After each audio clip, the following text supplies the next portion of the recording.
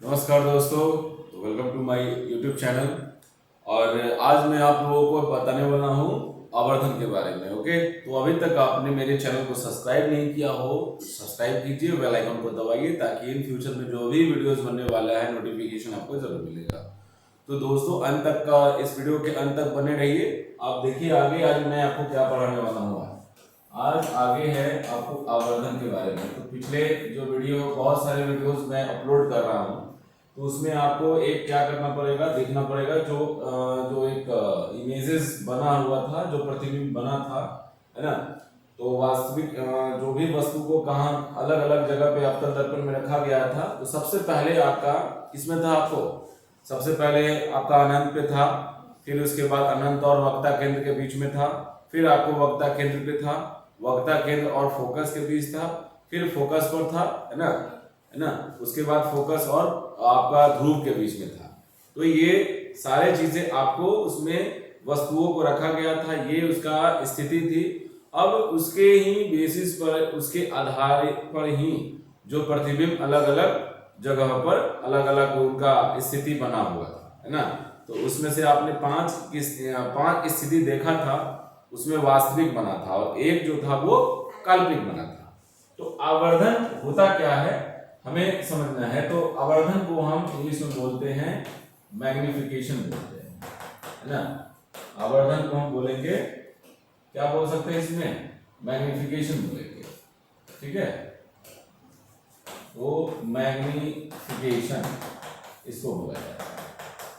तो मैग्निफिकेशन क्या होता है, यानी कि आवर्धन होता क्या है कि जब आपको क्या होगा, ये एक अनुपात होता है। क्या होता है, ये अनुपात है ना। तो वैसी अनुपात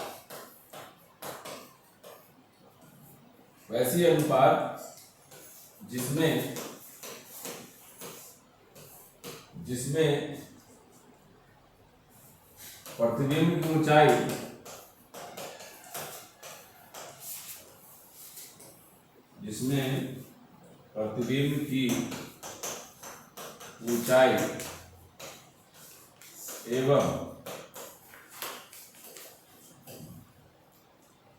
एवं वस्तु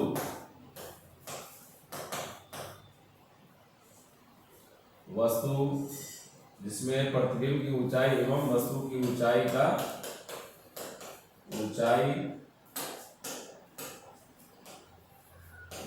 का अनुपात होती है ना, होती है, उसे ही आवर्धन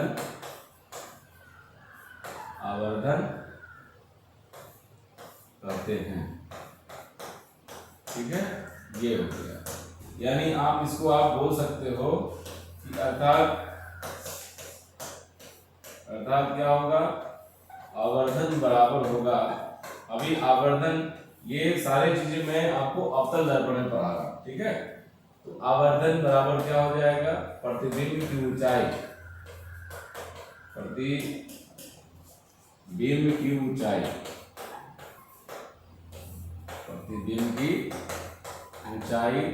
घटा हो जाएगा वस्तु की ऊंचाई, है ना। ये हो गया। तो आप प्रतिबिंब की ऊंचाई जो हो गई वो आपको जानते हैं, इंग्लिश में इसको हाइट बोलते हैं। तो हाइट हो गया, हाइट ऑफ इमेज, है ना, हाइट ऑफ इमेज हो गया और हाइट ऑफ ऑब्जेक्ट हो गया। और आवर्धन को हम एम से इंडिकेट करते हैं, इसलिए एम बराबर लिखते हैं HI/HO, है ना। अब एक चीज ये तो हमारा मालूम चल गया कि क्या होगा, ठीक है। अब इसको चलते हैं, थोड़ा सा ध्यान दे लेते हैं इसमें कि जितने भी केसेस थे, है ना, तो ये पूरा का पूरा अगर हम अब जो भी हम अवतल दर्पण की बात करें तो यहाँ पे हमें माइनस लेना होगा। अब माइनस क्यों लेंगे, ये सब आपको इस वीडियो में पूरी पता चल जाएगा। तो दोस्तों, आपको वीडियो को अंत तक देखते रहिए, बहुत खुशी होगी हमें। तो आगे देखना क्या है, इसमें जितने भी केसेस थे एक एक करके केस को आपको मैं बताता हूँ, ठीक है। अब जैसे पहले नंबर केस में आपने देखा था कि हाइट जो था, सबसे पहले ऑब्जेक्ट कहाँ आ रहा था, वस्तु कहाँ थी, अनंत पर। वस्तु कहाँ थी, अनंत पर। अनंत पर थी तो हमारा कहाँ बन रहा था, फोकस बन रहा था, बहुत छोटा था। यानी यानी कि हमारा जो हर जो है, हर यानी कि ये कौन सा, और वस्तु की ऊंचाई, और हमारा हो गया अंश जो हो गया वो बड़ा है। ये छोटा है, छोटा, बहुत छोटा है, क्योंकि इतना मतलब हाइट जो है ना उसका ना बहुत छोटा बन रहा है ना। आप देख सकते हो, सपोज करो कि यहाँ पर है, ये आपका ध्रुव हो गया, ये फोकस हो गया, और ये वक्ता केंद्र हुआ। जब बॉडी आपका एक अनंत से आपकी किरणें आएगी तो परावर्तन के बाद फोकस से जाएगी, है ना। तो जितने भी, जरा सोचिए, यहाँ पे बना तो ये क्या हो गया, बहुत छोटा बन गया, है ना। और ऑब्जेक्ट का साइज जो है ना वो बहुत बड़ा है। तो जाहिर सी बात है कि हमारा कौन सा वैल्यू बड़ा है इसमें, जो है पहले वाले केस में हमारा एचआई जो है ना, सॉरी माफ कीजिएगा, ऑब्जेक्ट का जो हाइट जो हो गया ना वो बहुत ज्यादा है, बहुत बड़ा है।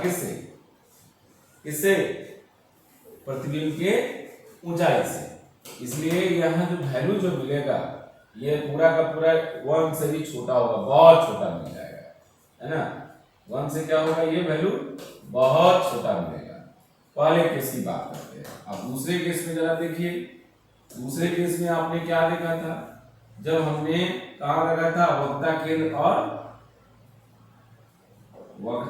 और ध्रुव नहीं, वक्ता केंद्र और अनंत के बीच में दूसरा ये तो यह स्थिति हो गई। हम रखे थे यहाँ पर, तो यहाँ प्रतिबिंब के बाद क्या बना, यहाँ बना, ठीक है। और फिर उसके बाद क्या हुआ, जब हम उसको ले गए फोकस से ले जाइए, है ना, तो कहाँ बनेगा, जाहिर सी बात है इसके बीच बनेगा। तो ऑब्जेक्ट का फिर भी इस केस में भी जो है ना प्रतिबिंब की ऊंचाई जो है ना वो ऑब्जेक्ट वस्तु की ऊंचाई से छोटी है ना। तो इस केस में भी यानी आपको ऑब्जेक्ट का जो हाइट हो गया वो इमेज की हाइट से बड़ा है, तो भी इस केस में क्या आएगा, इमेज लेस देन 1 होगा, है ना। यानी आवर्धन जो होगी वो 1 से छोटी होगी, है ना, 1 से छोटी होगी। तीसरा कंडीशन आप देख लीजिए, तीसरी स्थिति है आपको, तीसरा स्थिति हो गया, अगर हम इसे यहां ले चलते हैं, आपको यहां हो गया, आपको एक चीज और जी देखिए, तो तीसरा हो गया, हम कहाँ रखेंगे, वक्ता केंद्र पर। तो वक्ता केंद्र पर रखेंगे तो वक्ता केंद्र पर ही बनेगा। तो वक्ता केंद्र बनेगा यानी जितना डिस्टेंस यहाँ है उतना ही डिस्टेंस क्या हो जाएगा हमारा, तो उतना डिस्टेंस हमारा क्या होगा, बराबर ही होगा। मतलब ऊंचाई जो होगी इसकी वो क्या होगी, यहाँ पर इसकी बराबर होगी, है ना, ये हो जाएगा। तो ये सब चीजें जो है आपको ध्यान देना पड़ेगा, जितना ये हाइट होगा उतना ही हो जाएगा। तो इसमें क्या हो जाएगा, HO बराबर जो हो जाएगा वो HI होगा, है ना। यानी ऑब्जेक्ट का जो हाइट होगा वो इमेज के हाइट के, सॉरी मैं कैसे बता दूं, सॉरी ये हो जाएगा, बराबर हो जाएगा, ठीक है। तो ऑब्जेक्ट का जो हाइट हो जाएगा वो इमेज के हाइट के इक्वल होगा, यानी m जो होगा जब दोनों बराबर हो जाएगा तो दोनों कैंसिल होकर वैल्यू कितना मिलेगा, 1 बराबर मिलेगा, ठीक है।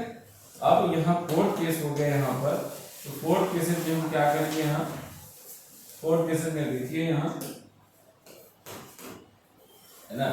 तो यहाँ फोर्थ केस में हो गया आपका, क्या रखेंगे हम, वक्रता केंद्र और फोकस के बीच में, ये हो गया।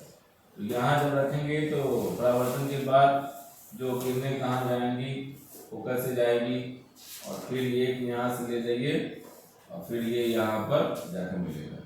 तो यहाँ जो हो गया, देखो वस्तु का जो प्रतिबिंब बना है, ऑब्जेक्ट का जो प्रतिबिंब बना है यानी कि इमेज बना है वो क्या है, बड़ा है ना। इस फोर्थ केस में क्या हो गया, HI जो हो गया वो ऑब्जेक्ट के हाइट से बड़ा हो गया। तो जाहिर सी बात है, अब क्या होगा, हमारा 1 का वैल्यू जो मिलेगा इस केस में वो क्या होगा, बड़ा हो जाएगा, किससे, 1 से, क्योंकि इमेज जो है ना वो आपका अंश है ना। इमेज जो है HI/HO हो गया। तो जाहिर सी बात है ये वैल्यू बड़ा होगा, तो यहाँ पर न्यूमरेटर क्या आएगा, 1 से बड़ा तो आएगा, है कि नहीं। ये हो गया। अब हमें देखना है 6 केस में। तो अब आपको देखिए 1 2 3 4 5 और ये 6 केसेस। तो 6 केसेस के बाद 6 केसेस कैसे हो गया, एक केसेस ये होगा, 2 होगा, 3 4 5, वैसे 6 केसेस हो गए यहाँ पर। एक अनंत का होगा, दूसरा यह होगा, तीसरा चौथा, 4 होना चाहिए। ओ एक गलती हो गया है, ये इसी में लिख दिया। चलो तो ये हो गया आपका 4 हो जाएगा, है ना। और ये हमारा हो जाएगा यहाँ पर 5 हो जाएगा। ठीक, 5th नंबर पे हमारा क्या है यहाँ पर, 5th नंबर पे देखिए अब क्या रखेंगे, वस्तु को रखेंगे आपको फोकस पे, है ना, फोकस पे रखेंगे।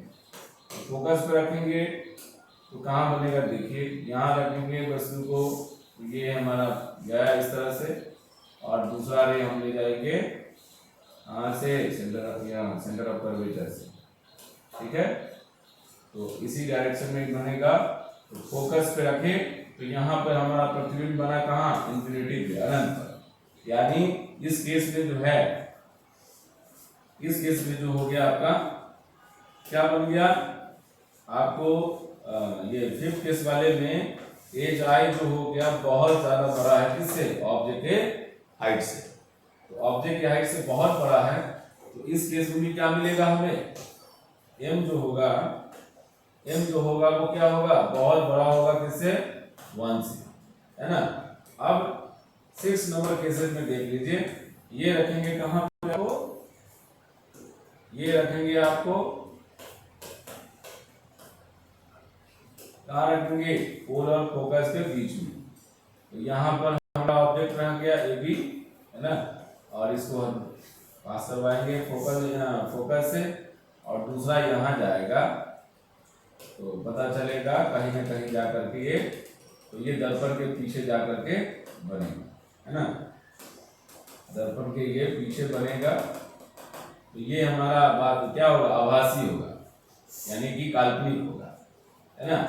तो काल्पनिक होगा तो जाहिर सी बात है कि ये हमारा जब काल्पनिक है तो यहाँ पर हमारा वस्तु का देख रहे हो ना, ये इसकी हाइट देख लो, इसकी हाइट देख लो, और इसकी हाइट देख लो, दोनों में क्या हो गया, इमेज की है हाइट बड़ा है ना, इसकी बड़ी है, इमेज की है, इसलिए यहाँ पर जो होगा वो भी वैल्यू क्या होगा, 1 से बड़ा आएगा।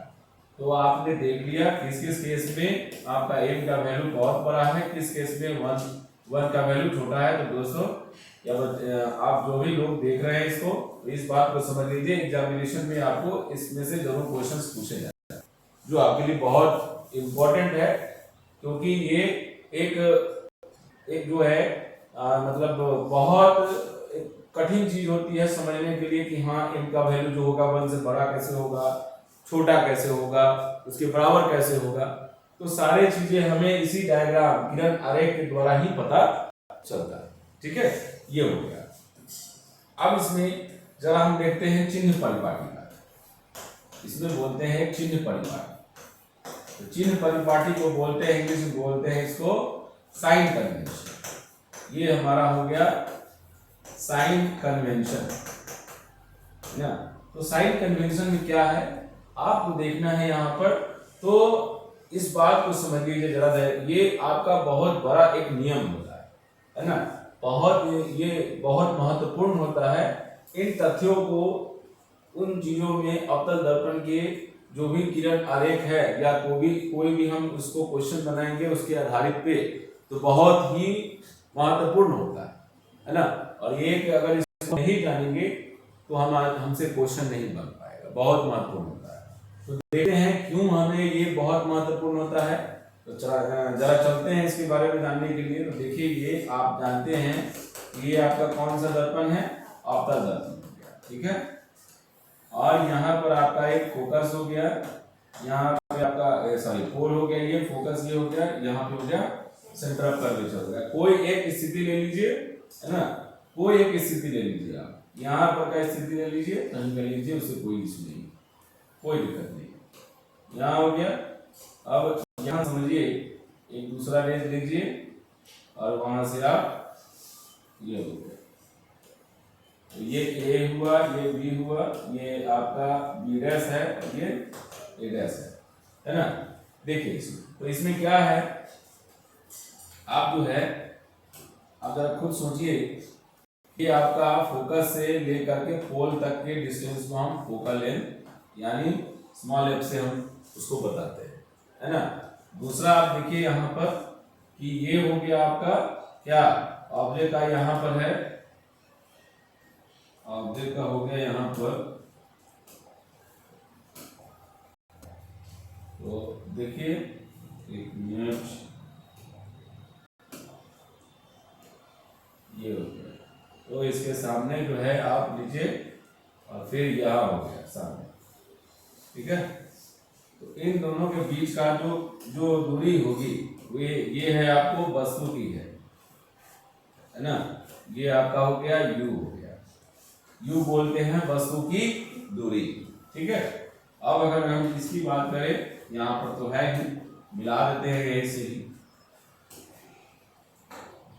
यहां से हो गया और यहां से ये आपका हो गया, आपको ये होता है भी, ठीक है, हाँ, प्रतिबिंब की दूरी, है ना। अब देखिए जितने भी दूरियां हैं वो आपको पोल से मापी जाएंगी, यानी ध्रुव से मापी जाती है ना। जो भी दूरियां होगी, है ना, जो भी दूरियां होगी, सबसे पहला हो जाता है कि ध्रुव को मूल बिंदु माना जाता है, ठीक है। ध्रुव को मूल बिंदु माना जाता है ना, क्योंकि इसी से ही जितनी भी दूरियां हैं आपको मेजर की जाती है, मापी जाती है ना। क्योंकि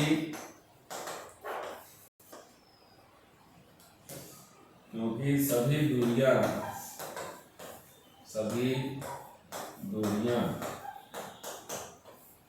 ध्रुव से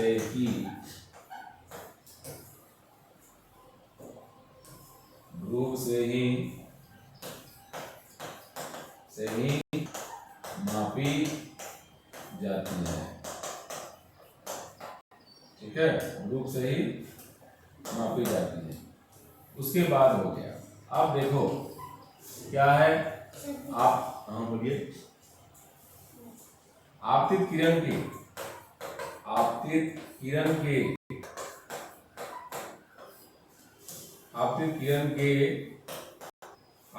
के दिशा में, है ना, आपतित किरण के दिशा में जो भी दूरी मापी जाएगी, जो भी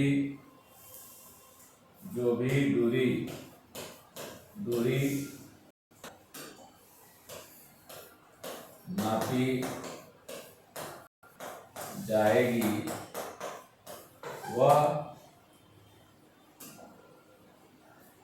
वे धनात्मक होगी,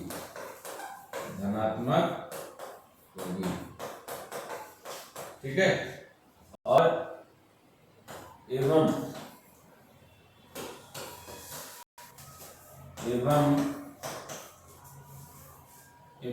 उसके विपरीत दिशा में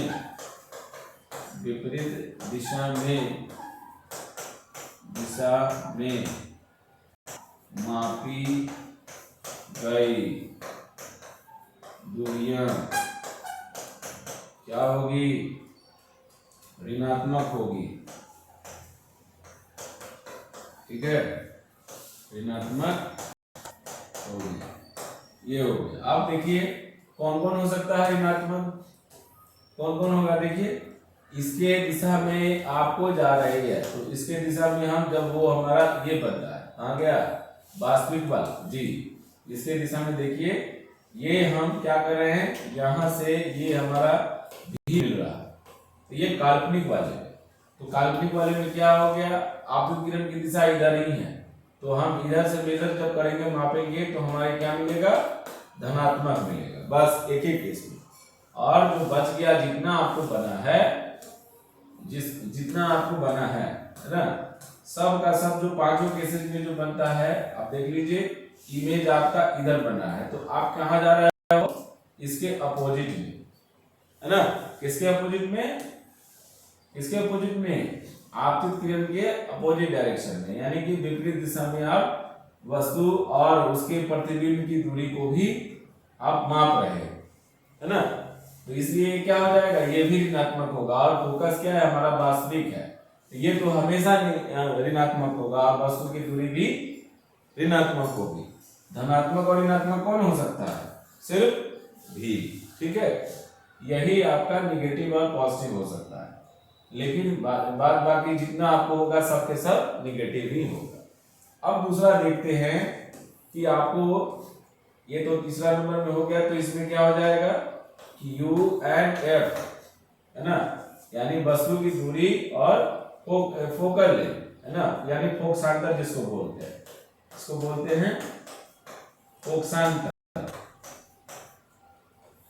है ना, यही ना बोलते हैं फोकसांतर। तो ये हो गया फोकसांतर हो गया, इसको बोलते हैं फोकल लेंथ, फोकल लेंथ।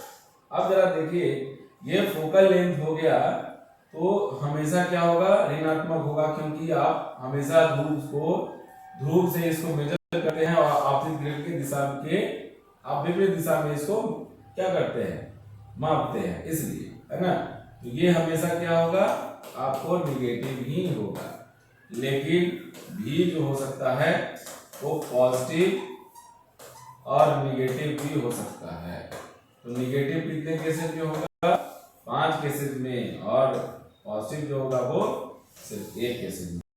तो आपको ध्यान रखना है, इतना अगर आप ध्यान रखिएगा तो कोई दिक्कत नहीं होगी। उसके बाद जो होगा आपका जो नियम हो गया कि जो भी प्रधान अक्ष के जो ऊपर जो ऊंचाई होती है, प्रधान अक्ष के ऊपर जो ऊंचाई होती है, जो भी आपको वस्तु की ऊंचाई होगी या किसी की भी ऊंचाई होगी, उसको हम किसमें मापेंगे, वो आपका हो जाता है धनात्मक में, है ना। यानी वस्तु की ऊंचाई जो होगी, वस्तु की ऊंचाई होगी वो क्या होगी, धनात्मक होगी, है ना। और उसके बाद जो हो गया आपको प्रतिबिंब की ऊंचाई जो होगी, प्रतिबिंब की ऊंचाई जो होगी वो आपको देखना है। 5 केसेस में क्या हो जाएगा, निगेटिव बनेगा, क्योंकि वो नीचे है। और एक जब केस आएगा जब आपको बस वो काल्पनिक बनेगा, है ना, जब वो क्या बनेगा, काल्पनिक बनेगा, यानी कि तो एक केसेस में क्या हो जाएगा, वो पॉजिटिव हो जाएगा, क्योंकि हाइट आपकी ऊपर होगी, प्रतिबिंब की हाइट ऊपर होगी, इसलिए उस केस में क्या हो जाता है, पॉजिटिव हो जाता है। तो आई होप कि मैं आशा करता हूँ कि मैंने सारी चीज़ों को समझा पाया होगा। तो अभी तक आप हमारे साथ बनने के लिए बहुत बहुत धन्यवाद। आगे भी चीज़ों को देखिए, इसके बाद अभी तक अंत तक वीडियो को अंत तक देखते रहिए। उसके बाद ये तो मालूम चल गया हमारा क्या होगा। अब क्या करेंगे कि क्वेश्चंस को, इसमें जितने भी चीजें मिली हैं, आप देखिए, अब रहा इसमें अवतल दर्पण का प्रयोग। तो देखिए, मैंने आपको एक एक करके बताया, इसमें आवर्धन से ही मालूम चलेगा जितने। देखिए, इसमें आपको क्या है कि बस मतलब किस चीजों को कहाँ कहाँ प्रयोग किया जाता है। देखिए, यहाँ पर पहला जो केसेट बना, इस वाले केसेट में, है ना, तो यहाँ पर क्या होता है, प्रतिबिंब को हमें रखना है, वहां पर तो फोकस सेट बनेगा, पॉइंट सेट बनेगा। यानी ये होता है आपको सोलर कुकर में, सोलर जो कुकर होता है ना, उसमें इसका इस्तेमाल होता है। ये लॉजिक है, तो इसका उपयोग भी है। अगर आप डायग्राम जान गए, किरण आरेख जान गए, तो सारी चीजें आपको मालूम चल जाएगा, है ना। सोलर कुकर हो गया। अब उसके बाद दूसरा है कि इसको हम मतलब जैसे टॉर्च हो गया, बल्ब हो गया, देखते होंगे सर्च लाइट होता है रात में जो जलाया जाता है, बहुत सारी गाड़ियां होती है, बहुत एकदम पैरेलल समानांतर किरणें चली जाती है ना। तो यानी यहाँ का इन्फिनिटी बनेगा, तो वो किसका है, आपको है यहाँ पर इस वाले में। ये किस वाले में, 5th केसेस वाले में, कि जब आपका ये जो बनता है वो इन्फिनिटी पे बनता है, तो इस केस में आपको बोला जाएगा कि आप अवतल दर्पण का प्रयोग कहाँ कहाँ करेंगे। तो अवतल दर्पण का प्रयोग हमें टॉर्च में, बल्ब में, जो सर्च लाइट होता है वहां पे इस्तेमाल किया जाता है। क्योंकि आप देखो यहाँ पर ये आपको डायग्राम से हम बना के समझाते हैं। तो यहाँ हो गया आपको पोल हो गया, ये फोकस हुआ, ये सेंटर ऑफ कर्वेचर हुआ, यानी कि वक्ता केंद्र हुआ। तो फोकस पे रखेंगे, है ना, ये हो गया, और यहां से इस तरह से होगा ये। तो क्या होगा, देख रहे हैं, पैरेलल जाएगा, यानी उस बल्ब को कहाँ रखा जाता है, उसको कहाँ रखी जाएगी, फोकस पे रखी जाएगी। तब न किरणें परावर्तन के बाद कहाँ जाएगी, बहुत डिस्टेंस पे जाता है, बहुत दूरी तय करता है ना। दूसरा ये हो गया। तीसरा क्या है, ये वाला डॉक्टर का केस वाला, वो क्या करता है, डेंटिस्ट जो करते हैं ना, उसको देखने के लिए उसको मैग्नीफाई करके उसको देखते हैं, है ना। तो डॉक्टर का भी हो गया, ये हो गया। एग्जामिनेशन में ये आपको पक्का पूछने वाला है। तो ये अगर किरण आरेख याद है, ये आवर्धन याद है, चिन्ह परिपाटी याद है, तो ये चैप्टर से पूरा का पूरा समझ लो कि अवतल दर्पण आपका पूरा का पूरा कंप्लीट हो गया। और यही चीज हम फिर उत्तल दर्पण में ही बताएंगे अगले वाले वीडियो में। अगले वाले क्लास में मैं आपको फिर से उसके बारे में बताऊंगा। इसी चीजों को ज्यादा नहीं, उसमें 2 केसेज ही हैं, है ना, और दोनों केसेज छोटा ही बनता है जी। तो इस चीजों को हमें देखना है। पहले उसको पढ़ाने से पहले इस पर जो न्यूमेरिकल बनने वाला है, जो प्रॉब्लम होगा, उसको भी हम देखेंगे, तभी जाकर के ये भी क्लियर होगा। ओके दोस्तों, तो आपने हमारे को अंदर देखा, तो फिर आपने मेरे अगर चैनल को सब्सक्राइब नहीं किया है तो प्लीज एक तो सब्सक्राइब करना बनता है, और आप अगर सब्सक्राइब करते हैं तो बहुत बेहद खुशी मुझे मिलेगी, और आपका नोटिफिकेशन भी आपको मिलेगा। बेल आइकन पर जरूर दबाना है। अगर आपकी दोस्ती रहेगी, आपका स्नेह रहेगा, जरूर कुछ न कुछ हम करेंगे, आगे भी वीडियो बनाएंगे। तो जब तक सर आप नहीं कीजिएगा, सब्सक्राइब तो करना बनता है, आपके लिए बहुत जरूरी है। आपका सब्सक्रिप्शन हमारे लिए बहुत इंपॉर्टेंट रोल निभाता है, क्योंकि जो भी अगले वीडियो बनने वाले हैं, मैं इसी चीजों पे चर्चा करता हूं, और जो भी जिन लोगों को फायदा होता है, मैं उन लोगों को कोटि कोटि करता हूँ, बहुत बहुत धन्यवाद देता हूँ कि चलिए कम से कम मेरा इस जो जन्म है, जिस कार्य के लिए हुआ है, वो कार्य तो मैं कर रहा हूँ। और आप अपने दोस्तों को शेयर कीजिए, है ना, उनको बोलिए सब्सक्राइब करने के लिए, और अपना फीडबैक देने के लिए, कमेंट देने के लिए, ताकि मुझे बहुत खुशी होगी। ओके, धन्यवाद, बाय बाय।